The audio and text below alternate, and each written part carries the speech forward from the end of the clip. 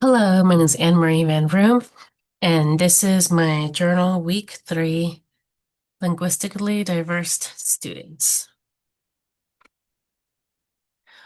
So, my thoughts on Matoya's argument that heritage language should be used as assets rather than obstacles in the classroom. Well, Matoya explains that students who are heritage language learners have various experiences with their speech, on the way they view media, their entertainment, and how siblings bring up the language at home. They have brought established literacy in, but it happens to be in a different language. So I agree with Matoya. Um, Students who are heritage language learners have had to live two cultures and two languages, sometimes since birth. And I also agree that students need educators and leaders that have the right attitude while teaching these students. So that's creating, culturally diverse lesson plans and being sensitive to their backgrounds and their knowledge and what they know. How can I create a classroom environment where students feel encouraged to maintain and share their home language? Matoya's article states that students can become discouraged to succeed unless they find, quote, leaders who encourage them to maintain pride in their identity and embrace the language and the culture of the majority. As an educator, I need to make sure I maintain the students' pride in their culture.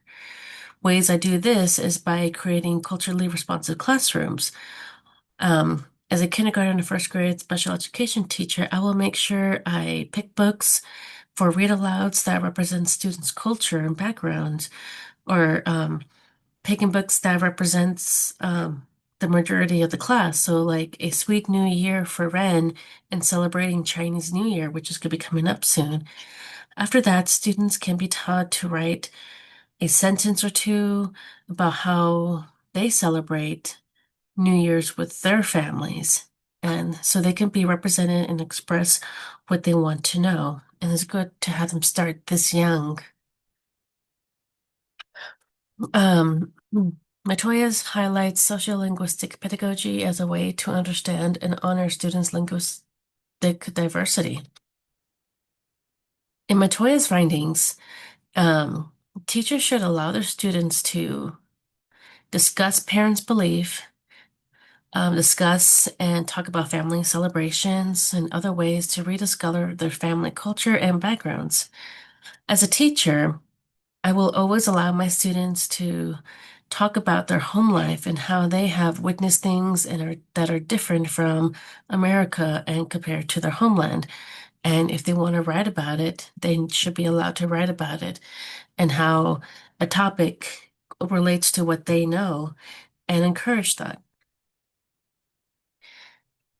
What are your thoughts about the potential impact that could have on English learners' identity and participation? Montoya's article state that sociolinguistic pedagogy approaches are needed. Students should be allowed to use their home language to do schoolwork, use books that they can read in their language, and teachers value and represent the students' culture, tradition, and recognize what students are going through. The students will be seen and want to do the work that is needed to learn from that class.